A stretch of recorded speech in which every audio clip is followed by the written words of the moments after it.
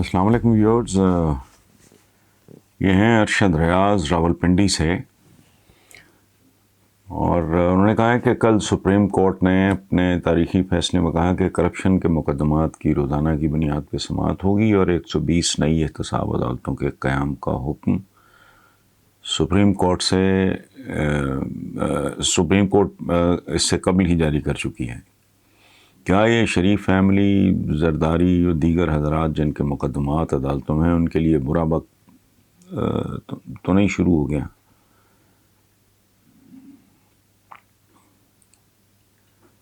دیکھیں ارشد صاحب،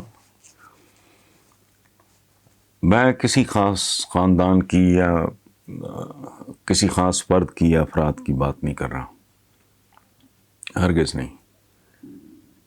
یہ کلچر اس ملک سے ختم ہونا چاہیے، لوٹ مار کا، جہاں پرائم منسٹر سے لے کے نیچے ایک 16ویں 15ویں گریڈ کے ایکسائز انسپیکٹر، آپ بھی جانتے ہیں میں بھی جانتا ہوں، 35 کروڑ کیش جس کے گھر سے نکل رہا ہے، باقی کیا ہوگا؟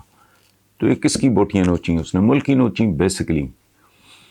وہ جو میں ایک لاجک دیتا ہوں کہ ہم منہ اٹھا کے، مجھے کچھ عرصہ پہلے سے یہ ریئلائز ہوا اور میں نے اپنے اس حماقت کی تلافی کرنے کے لیے اس کا پروپیگنڈا شروع کر دیا ہے کہ جب منہ اٹھا کے کاروباریوں کہتے ہیں یہ مافیاز ہیں، یہ چور ہیں، یہ ڈاکو ہیں، یہ مجرم ہیں، تو اس وقت پوچھتا کوئی نہیں حکومتوں سے کہ بھئی میں نے اگر ایک کاروباری کے طور پہ 10 کروڑ بالفرض، میں ایک مثال دے رہا ہوں، ٹیکس دینا ہے گورنمنٹ کو، اور 20 کروڑ تو گورنمنٹ کے پیٹی فنکشنریز، یہ بھیڑیے،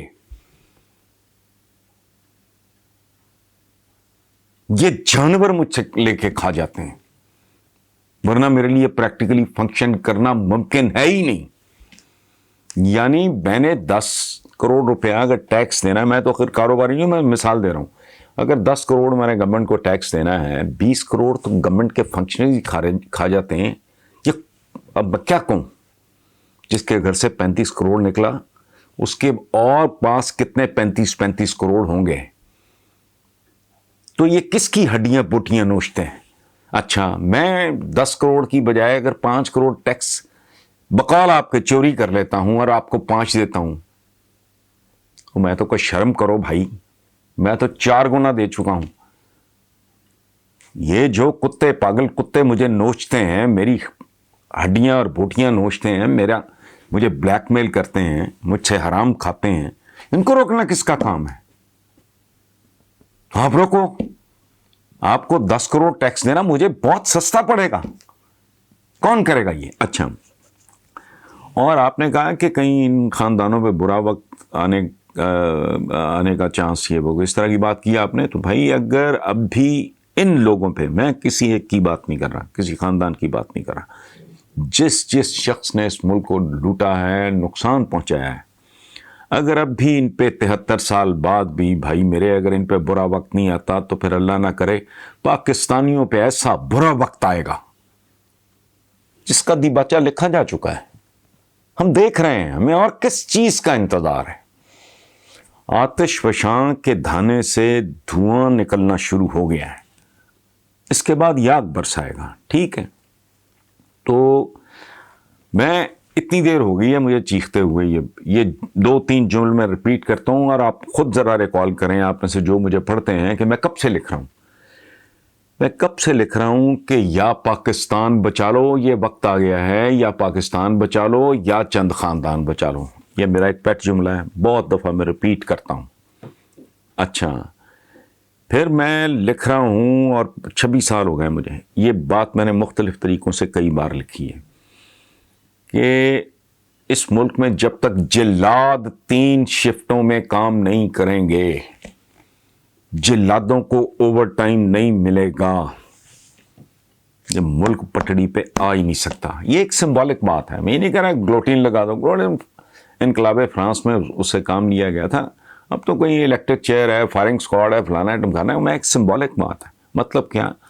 ذرا احتیاط کرو، یہ ملک کوئی ملک بھی لیکیج اور پلفریج، تھوڑی بہت چوری چکاری اونچ نیچ، یہ بہترین حالات میں بھی ہوتی ہے اور اعلیٰ ترین ملکوں میں بھی ہوتی ہے، لیکن یہاں تو لٹ پڑی ہوئی ہے۔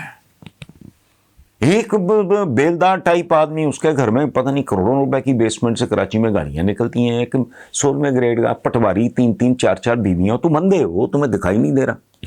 پھر ان لاجیکل سٹرکچر ہے سارا، آپ کا نظام ہی غلط ہے، بالکل بےہودہ نظام ہے۔ ایس ایچ او کے اختیارات دیکھو، ایس ایچ او کی تنخواہ دیکھو، اگر وہ زندہ ہے تو کرپٹ ہے، آپ کو گواہی چاہیے کوئی۔ میرا خیال ہے 1000 میں شاید ایک ایس ایچ او بھی ایسا نہ ہو جس کا کوئی پیچھا تگڑا ہوگا، کوئی سسرالی سپورٹ کرتے ہوں گے، کرنے کی پوزیشن میں ہوں گے، یا باپ کھاتا پیتا، فیملی کھاتی پیتی ہوگی، باقی کون ہے؟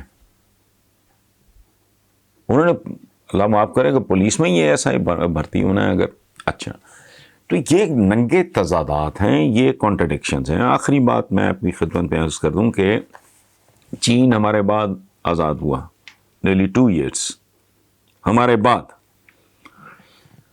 آبادی ہم سے کہیں زیادہ، حالات ہم سے کہیں زیادہ برے، مذہب کوئی نہیں ہے ہی نہیں، نان بلیورز ہیں، یا آئی ڈونٹ نو، مجھے تو آج تک سمجھ نہیں آئی۔ اچھا، ہمارے ہاں ماشاءاللہ، انشاءاللہ، الحمدللہ، بسم اللہ، السلام علیکم، سلامتی بھیج رہے ہیں، وعلیکم السلام، میں آپ پہ سلامتی بھیج رہا ہوں۔ ستیہ ناش ہو گیا، وہ کیوں آ گئے یہاں بھائی؟ اب آپ ان کے ہاتھوں کی طرف دیکھ رہے ہو، ہوا کیا ہے؟ 2 سال بعد آزاد ہوئے، حالات ان کے ہم سے بدتر، وہ سپر پاور بننے جا رہے ہیں اور بہت قریب پہنچ چکے ہیں اس سٹیٹس کے، تو ہم کہاں کھڑے ہیں؟ بنیادی وجہ کیا ہے؟ وجہ کیا ہے؟ اکاؤنٹیبلٹی، احتساب۔ یہاں تو توشہ خانہ نہیں چھوڑتے یار، کوئی یہ حد ہوتی ہے؟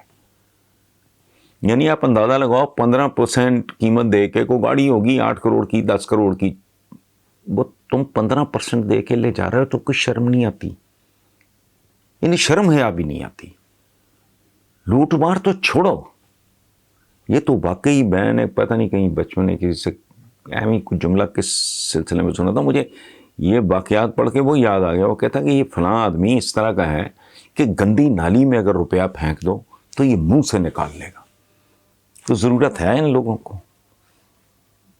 یہ ڈالرز میں، پاؤنڈز میں ارب پتی کھرب پتی لوگ ہیں، لیکن نہیں، اندر کا جو اندر کی بھوک ہے، اندر کا گھٹیا پن ہے، وہ نہیں ختم ہوتا۔ تو شیخانہ گاڑیاں لے جاؤ، گھڑیاں لے جاؤ، کسی اور سربراہ مملکت کی اہلیہ نے ہار گفٹ کیا ہے، وہ اپنی بڈی نو پوا دو، مطلب کیا ہے؟ سو یہ جب تک سلسلہ ختم نہیں ہوتا، اور یہ ایسے نہیں ہوگا۔ وی آلریڈی ویسٹڈ، مطلب 73 ایئرس تعلیم تربیت کے چکر میں پڑے رہے تو اور 73 سال جاتے رہیں۔ اب تو خوفناک سزائیں دو، جلدی دو۔ یہ انصاف جو ہے نا، دہلیز پہ، بندے کی دہلیز پہ پہنچاؤ نہ پہنچاؤ، احتساب ضرور پہنچا دو۔ اگر سروائیو کرنا ہے، نہیں، اگر جس طرح زندہ ہیں اسی طرح ریڈ انڈینز کی طرح اگر کرال کرنا ہے، زندہ رہنا ہے، قرضوں پہ بھیک مانگنی، کشکول، یہ وہ سارا، تو ٹھیک ہے، پھر چلتا رہے اسی طرح۔ مر تو نہیں جاتے لوگ، بتھیری قومیں ہیں دنیا میں جو چل نہیں رہی، رہیں ہیں۔ سو